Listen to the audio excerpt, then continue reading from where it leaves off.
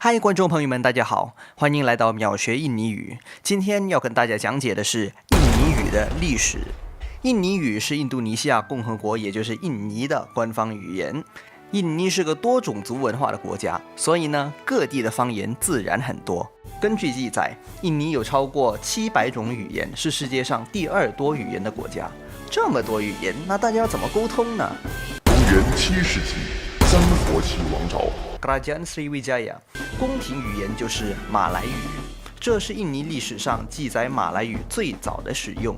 后来马来语成了通商共同语，所以如果你搭时光机到公元7世纪的话，你就可以在印尼听到马来文了。公元17世纪，荷兰殖民时期。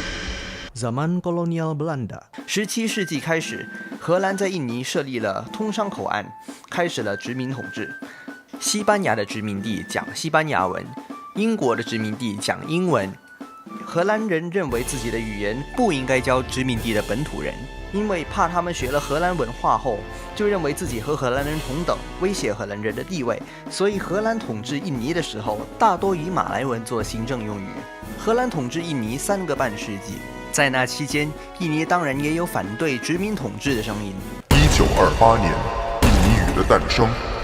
1928年的印尼民族主义者在第2届全国青年大会 Kongres Pemuda Kedua 发表了青年誓言 Sumpah Pemuda， 其中宣扬3件事：一个祖国，一个民族，一个语言。所谓一个语言，指的就是印尼语，这就是印尼语诞生的日子。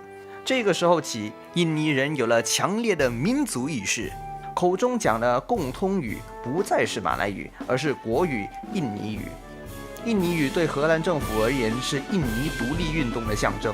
为了防止这如火如荼的独立意识，他们试图禁止了印尼语的使用，又开始教人民荷兰文，但一切都太迟了。1942年，日本统治印尼，禁止了荷兰文的使用，大力推广日文和印尼语，并向印尼人民承诺要给予独立。1945年8月15号，日本无条件投降，从印尼退军。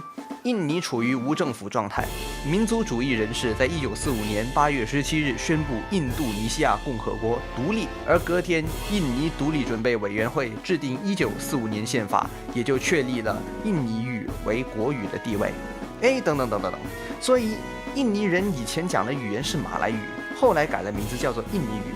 那马来语、印尼语不都一样吗？好问题，让我们搭一搭时光机回到荷兰时代吧。荷兰时代的马来世界，也就是印尼和马来西亚，分为2大势力，荷兰和英国。自然而然的，两地的马来语吸收的外来语就有所不同。例如，马来西亚户口叫做 account， 显然是来自英文 account。印尼语里面户口叫做 rekening。再来，英国统治下的领土多数为马来族，而荷兰统治的领土种族很多，人数最多的爪哇族也不到1半人口。所以语言使用者的不同，对语言本身也带来了变化。例如，英文 director 可以是董事长、导演或节目策划人。马来文中这3者都叫做 pengarah。pengarah 这个词是纯正的马来文。印尼文董事长是 director， 是来自荷兰文 directeur。导演是 sutradara， 这个字是来自于受梵文影响的爪哇文。而节目策划人叫做 pengarah， 而 pengarah 才是地地道道的马来文。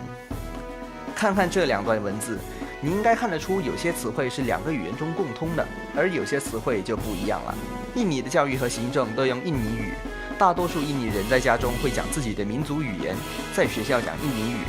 现在几乎全国各地人都会讲印尼语，所以外国人来印尼用印尼语肯定比英语来得容易沟通啦。那历史就讲到这里啦，下一集我们就来看看印尼文的字母。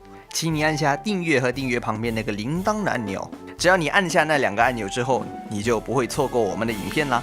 那今天的影片就到此为止，我们下次再见。